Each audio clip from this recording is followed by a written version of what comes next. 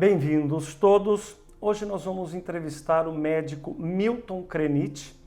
Ele é paulistano aqui da Gema. Ele é geriatra, formado em ciências pela Faculdade de Medicina da USP e coordenador do ambulatório de sexualidade da pessoa idosa do Hospital das Clínicas, também da Faculdade de Medicina da USP. Milton, muito obrigado pela participação, pelo seu tempo. Obrigado, Ricardo. Obrigado pelo convite. Satisfação de estar aqui com você. Nós é que agradecemos. Estamos, Milton, no mês do orgulho LGBT, mês de junho, né? E você é coordenador de ambulatório da sexualidade. Eu quero fazer uma conexão. O acesso ao serviço de saúde por parte do idoso LGBT. Tem alguma diferenciação? Então, Ricardo, acho que essa pergunta é muito cara, porque é uma das coisas que eu mais estudo, sobre acesso à saúde. Primeira coisa que eu gosto de definir quando a gente fala de acesso à saúde é que acessar a saúde vai muito além do que a pessoa entrar pela porta de imunidade de um serviço.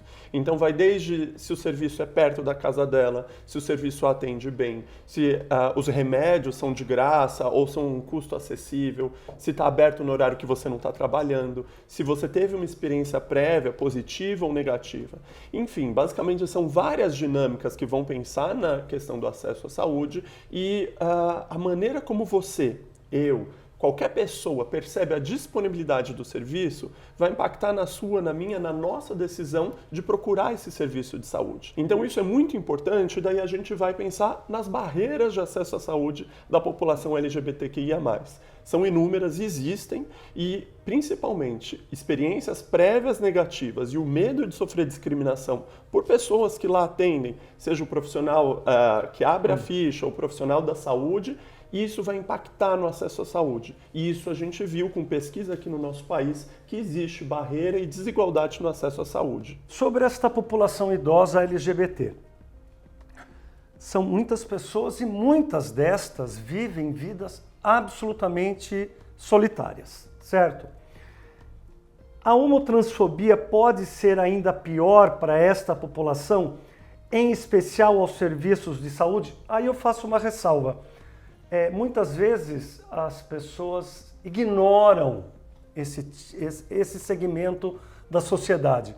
Então, como é que isso casa, essa questão da homotransfobia e o acesso correto aos serviços de saúde? Então eu até na minha pesquisa de doutorado, o que eu perguntei?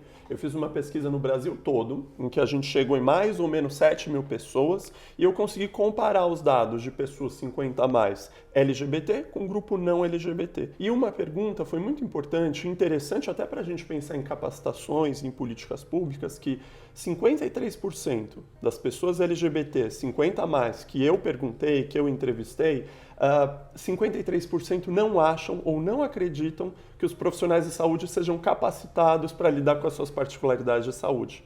Então isso mostra mais uma dinâmica. Se você, Ricardo, acha que o médico, a médica ou o profissional de saúde que não está capacitado para te atender, novamente é mais uma barreira de acesso à saúde. Porque você não vai se abrir, você não vai se sentir confortável, não vai ter uma transferência boa com o profissional, que tudo é uma dinâmica do acesso à saúde. Falando em idoso LGBT, a gente sabe que a população do Brasil cada vez cresce menos, existem menos nascimentos, porém a pirâmide etária está se invertendo, certo, Milton? Como é que a gente pode lidar com esses dados demográficos, pirâmide etária se invertendo, com a questão da saúde? Porque a população brasileira está envelhecendo, ou seja, mais e mais pessoas idosas irão precisar de acesso correto à saúde. Como é que a gente pode tentar minimizar essa questão, Milton? Eu acho que a palavra de ordem aí é políticas públicas. Se a gente pensar em quais políticas públicas a gente tem que fazer para ontem. Porque, por exemplo, um professor meu que ele é um queridíssimo, chama Alexandre Kalash, ele cunhou a expressão revolução da longevidade. A gente está vivendo um período nunca antes visto na história da humanidade, dessa mudança do perfil etário da população. E só para você ter uma ideia de um dado, países já ricos, países como França, Inglaterra, esses países da Europa, eles levaram 100 anos para ter uma mudança demográfica de dobrar o número de pessoas idosas. A gente está tendo essa mudança em 20 anos. Então, o que eles... E às vezes a gente meio que fica falando, nossa, lá eles têm acessibilidade aos idosos, têm mais serviços. Eles tiveram 100 anos para se preparar.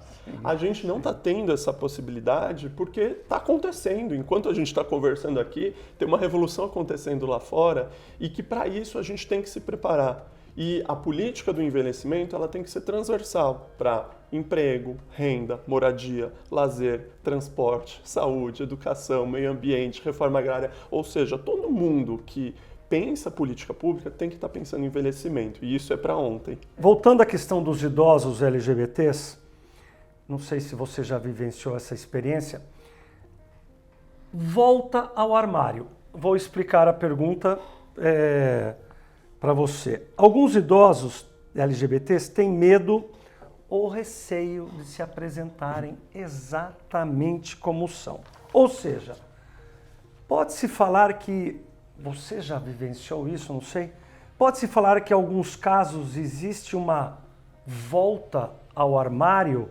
Se sim, se existe essa volta ao armário, por quais motivos, Milton? Infelizmente a resposta é afirmativa, sim. Existe algumas pessoas que precisam voltar para o armário, né? Então a gente já fala que se sair do armário foi um processo trabalhoso, imagina voltar para o armário no momento de uma fragilidade, seja física, uma fragilidade cognitiva. Né? Só fazer um parênteses sobre o que é o armário, né? Então, o armário tem uma representatividade de estar escondido, você não ter autonomia, você não ter independência. E para eu que milito pelos direitos da pessoa idosa e muitas pessoas que pensam no envelhecimento, isso é completamente oposto. A gente quer pessoas idosas na comunidade, com autonomia e independência. Então, agora pensar por que as pessoas voltam para o armário. Principalmente por uma questão de homotransfobia, LGBTfobia estrutural e da sociedade como um todo. E daí a gente pensar assim, num momento que você tem uma possibilidade de uma fragilidade física, que você precisa ser cuidado, será que a instituição, se você precisar de ir para uma instituição, entre aspas, uma casa de repouso, que a gente chama de instituição de longa permanência, será que vai te acolher sendo uma pessoa LGBT? Ou será que você vai ter que entrar no armário para ser acolhido e bem tratado nessa instituição? Se você tiver uma fragilidade cognitiva, por exemplo, uma demência ou a doença de Alzheimer, será que a pessoa que vai te cuidar vai respeitar a sua identidade, vai respeitar a sua biografia? Porque essa é a mensagem. Eu acho que cada um tem uma vida diversa, uma linha do tempo diversa, e nossa função é respeitar a biografia de cada um. Só que, infelizmente, chega na velhice e serviços profissionais não tão capacitados ou ainda exercem esses preconceitos que vão fazer com que a pessoa volte para o armário para ser acolhida. Pegando o mote com esta resposta do Milton, o Brasil, estruturalmente, Milton, é homotransfóbico e etarista. Isso se reflete de que forma na população idosa LGBT? O etarismo e a homotransfobia.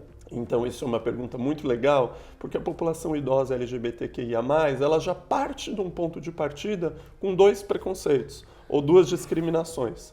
Por um lado, por ser LGBT, numa sociedade LGBTfóbica, e por outro lado, por serem mais velhos, numa sociedade gerontofóbica. Então, sem a gente pensar nos outros marcadores, né? Pensando em cor da pele, classe social, lugar onde mora, mas isso se exerce de um duplo preconceito, uma dupla discriminação.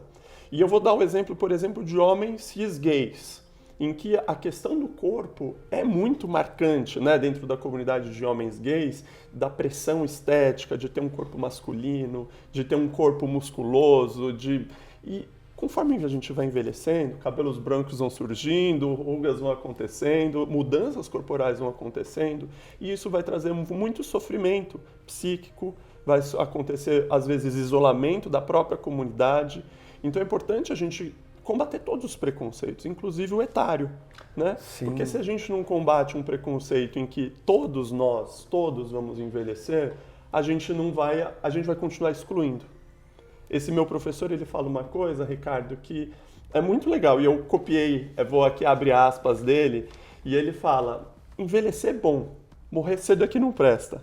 E é isso que a gente tem que levar para todas as pessoas, né? Comunidade LGBT, para a população, mudar a forma como a gente vê e enxerga o envelhecimento. O Milton, ele também é coordenador do ambulatório de promoção à saúde Trans 40+, vinculado à USP.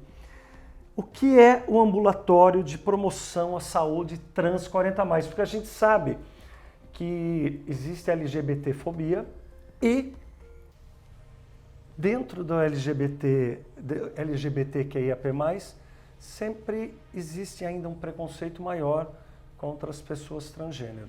O que é o laboratório Trans 40+, Milton? Então a ideia lá, Ricardo, é a gente pensar na promoção do envelhecimento. Ok. E a promoção do envelhecimento a gente faz com acolhimento, com tratar as doenças crônicas, atividade física, hábitos saudáveis, mas basicamente a gente construi um espaço seguro onde essa pessoa seja bem atendida. E a partir daí a gente construindo vínculo, tratando a saúde física, tratando a saúde mental. E se a pessoa quiser, a gente oferecer hormonização. A gente quer ser capacitado em oferecer hormonização se a pessoa quiser, mas isso não é... Isso é a cereja do bolo. Eu acho que o mais importante ali é a gente ter esse ambiente, a gente promover práticas saudáveis, a gente falar de saúde mental, a gente acolher, fazer rastreios, então, né, falar da próstata para a mulher trans, falar de questões relacionadas à vulva do homem trans, coisas que a gente até estava conversando antes da gravação, que passa longe da capacitação de muitas áreas da saúde. E, novamente, num país onde muitas pessoas trans morrem antes de chegar à velhice, a gente, até perguntando, né, por que 40+ e não 60+, que é a área da geriatria? A gente tem que planejar o envelhecimento. Se eu não garantir espaço para essas pessoas envelhecerem, muitas vão morrer antes de chegarem na velhice. Então, por isso, a gente pensou na ideia de promover o envelhecimento a partir, claro, sempre é hora de promover, mas nesse espaço da geriatria no ambulatório, a gente fez o corte de 40 anos. E é interessante porque a gente falou de pirâmide etária, você falou, por que não trans 60+? A média de idade, principalmente de uma mulher trans no Brasil, é muito baixa. É cerca de 35, 40 anos, não é isso, Milton? Isso. E, infelizmente, isso, Ricardo, é resultado de falta de acesso. Falta de acesso a direitos básicos, direitos humanos, direito à cidadania, direito à existência, direito à cidade. Então, a importância da gente capacitar, falar desse tema, é porque, assim, envelhecer ainda no Brasil, envelhecer com direitos, ainda não é um direito de todos. Infelizmente, ainda é um privilégio da determinada população. Então, eu criar esse espaço, eu criar rupturas, eu criar fissuras, estranhamentos, é importante para que todo mundo possa envelhecer um dia. Falando de sexualidade de uma maneira mais ampla, claro, sempre voltada à questão LGBT, por que a sociedade coloca o idoso, a idosa LGBT numa redoma, costumo falar, assexuada? Porque no Brasil parece que o vovô e a vovó têm que ficar jogando bocha ou fazendo tricô. Por que essa redoma de assexualidade para o idoso LGBT, inclusive no Brasil, Milton? Isso a gente pensa como mais uma marca do etarismo, ou do idadismo, né? O preconceito relacionado à idade. De achar que a pessoa, porque envelheceu, ela estaria apartada da sua sexualidade. E mais uma coisa, né? Eu acho que a gente muitas vezes aprende a ter uma visão muito simplista e superficial de sexualidade. Primeiro, eu costumo falar que sexualidade é muito mais do que sexo e sexo é muito mais do que penetração.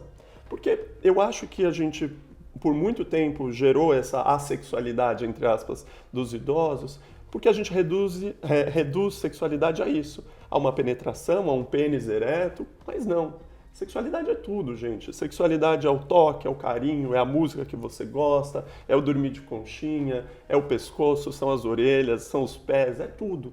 E a partir do momento que a gente expande o nosso olhar para a sexualidade, para tudo, onde você quer dar e receber prazer, como você vai querer dar e receber prazer, a gente inclui as pessoas idosas.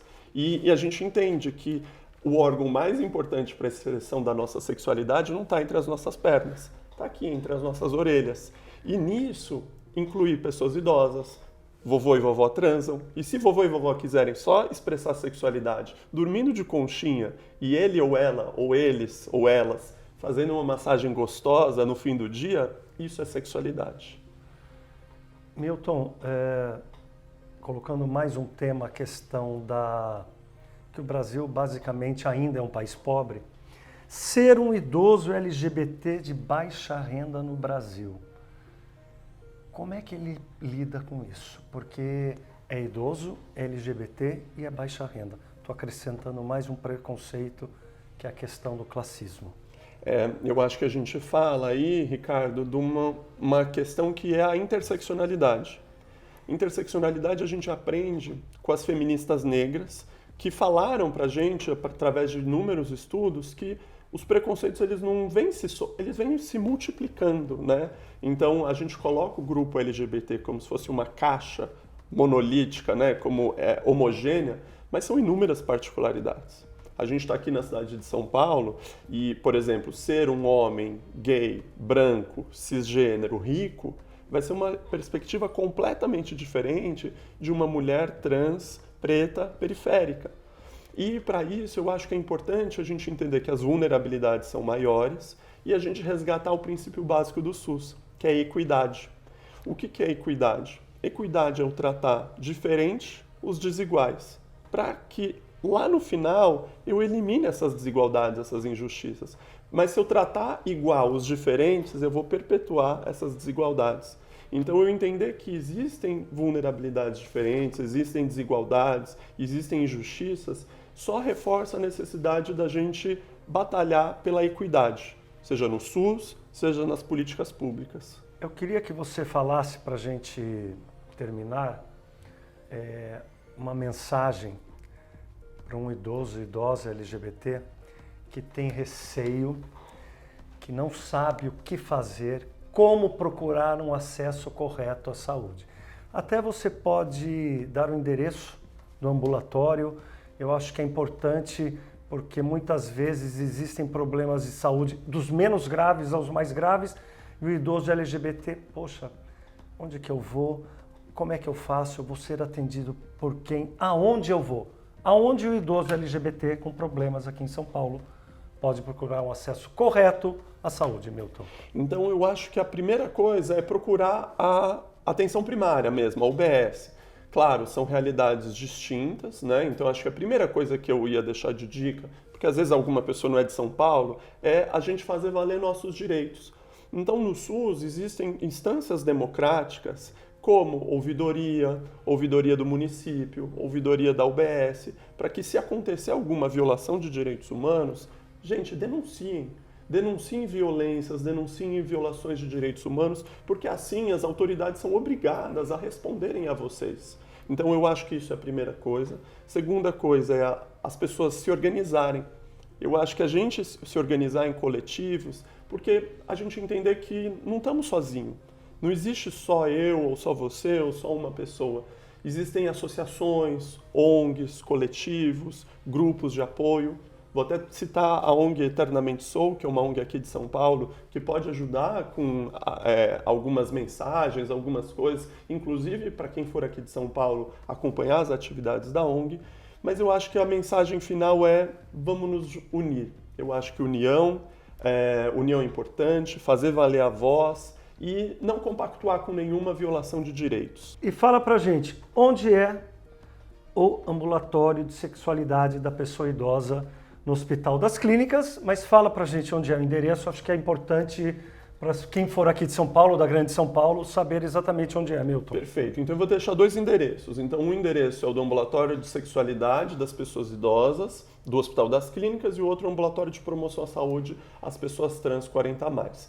O ambulatório de promoção à saúde trans 40+, ele fica no Centro de Saúde Escola Paula Souza. É uma UBS que fica ali na Avenida Doutor Arnaldo, aqui em São Paulo. Tá? Então ele ainda está vinculado, claro, na rede de São Paulo, então depende da área onde a pessoa mora, mas se for lá para Pinheiros, pode ser atendida lá. Caso não seja da área de abrangência o serviço social, alguém vai orientar essa pessoa o melhor local para ser atendida. E o ambulatório de sexualidade, a pessoa idosa, ele existe dentro do Hospital das Clínicas, para pacientes que já são atendidos no Hospital das Clínicas, que são bastante o número dos pacientes, mas que a pessoa pode ligar, tentar ver, se já tiver vínculo lá com o Hospital das Clínicas, ser encaminhado para lá.